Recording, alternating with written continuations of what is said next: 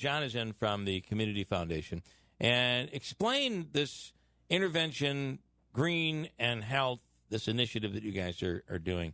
Put it all together for us, if you could. Yeah, happy to. We are launching a partnership with the Green and Healthy Homes Initiative. They're a national nonprofit based in Baltimore, Maryland. And this is really a partnership of taking existing programming throughout Herkimer and Oneida counties. The main focus to start is in the city of Utica around lead remediation, weatherization, energy efficiency, and home health and safety work, and try to coordinate that and deliver that as an integrated package to make it really easy for folks to get assistance. You guys had done a study a while back that showed in like the city of Utica, the lead problem, what it could be potentially, how bad it was, and what that could end up resulting in for a community. Yeah, it's really devastating. We have older housing stock, as we do throughout much of upstate New York. About 80% of the houses or more were built before 1978 when lead paint was banned. So we have about 17.5% of children in the city of Utica who test with elevated levels of lead in their blood. Which can lead to what? Really young children, it's pretty serious. It can lead to developmental issues with brain development. It can lead to anger and impulse control issues later on in life, and then a handful of other health effects. So it's really important. The only way you know if a child has that is if they get the blood test. And the problem, too, is once it's in, you can't get it out. Yeah. It's not like you have a cold and you can treat it and the kid gets better. Ruth Ann Norton is with GHHI, which is the national program working along with the Community Foundation. Ruth Ann, good morning. Good morning. I would have joined you in the studio had I known you had all those handsome men there. Wow, there's we're loaded up with handsomeness here today. It's just crazy. They didn't give me the directions. I'm over at the Delta Hotel here. Sorry. Looking out on beautiful Utica. Explain, if you could, this program and what this means to us right here in this area. Yeah, so first of all, good morning, and happy National Healthy Homes Month. In June, across the country, we are highlighting the practices that improve housing to improve health as a part of wellness and health care.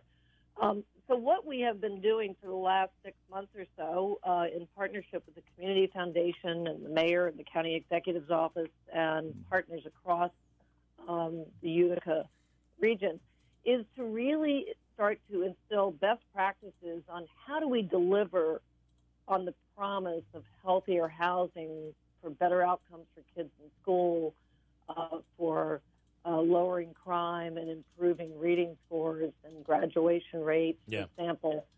And that is a way to have systems work together in proven practices, but also to set Utica up for preferences in upcoming federal competitions, to bring the whole community so that national foundations will join what is then an enormous and awesome investment by the Community Foundation, and to put in sustainable practices so that this grows as a way of doing business, not just for the city and the county, but for all of the nonprofits that are involved in doing home visiting, home remediation, and it starts to be a way of doing business for the private contractors. So we're really excited to have Utica join the national best practices today, and we're going to be celebrating the work that they've been doing and we've been doing together, and we'll be doing for the years to come.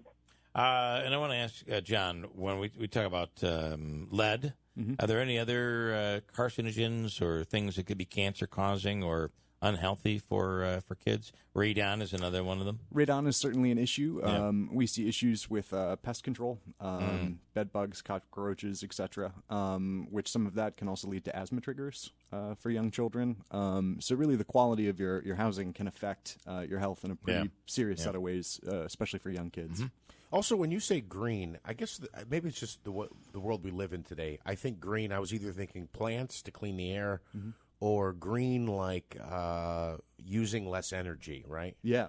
Is that part of this? That's certainly the focus. So we've got a network of partners locally who are working on it. One of them is Mohawk Valley Community Action Agency, who's a longstanding weatherization provider. So as part of the program model, houses and families that participate will get an energy audit and a weatherization audit. Ruth Ann, sometimes this doesn't. I mean, it seems that we do really well. Like, take a look at cars, electric cars. Supposedly, that would ultimately take our the usage of fuels and oils and reduce that tremendously, fossil fuels. But a lot of times it's cost prohibitive, so it's more expensive to go green. Is that something you guys are considering here? Well, let me tell you, it's far less expensive to do a home that is healthy, lead safe, and energy efficient. Right. Otherwise, certainly in the long term. And healthy. Well, actually, in the pretty short term, if Okay. you have a child who is having their asthma exacerbated because of the housing condition, and about 40%, 40 to 60% of all emergency department visits and hospitalizations for kids and adults for asthma are related to their home environment. So if we're paying somewhere between $15,000 to $25,000 to have someone hospitalized for asthma versus a $4,000 to $10,000 to $12,000 investment one time in their home, then you are automatically making that money up front, and as that accrues over time, the savings become higher. But think about this.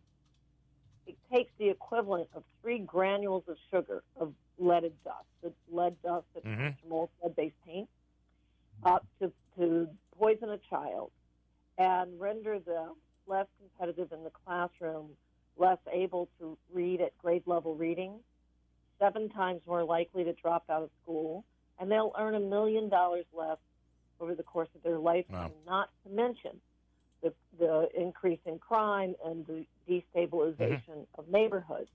You add on that asthma and the cost that asthma brings. You add on top of that the loss of wealth retention because of high energy costs versus efficiency. And it adds up not only over time, but it adds up literally within the first 3, 6, 12 months. You're seeing savings that significantly pay for Right. the home remediation. How do people get involved, John? Well, today we're launching the initiative. We've got a set of partners involved. So to learn more about the Lead-Free MV Coalition, they can go to leadfreemv.org or contact us. info@leadfreemv.org is the email address. Okay. And soon the city will be launching through its recently secured HUD Lead Hazard Control Grant applications over the summer. So those will be available through the city of Utica and through our main partner, the Home Ownership Center, to enroll in the program. So. Cool. John, thank you. Ruth Ann, thank you for taking the time. I appreciate it. Absolutely. See you later, John. See you later. And we'll break.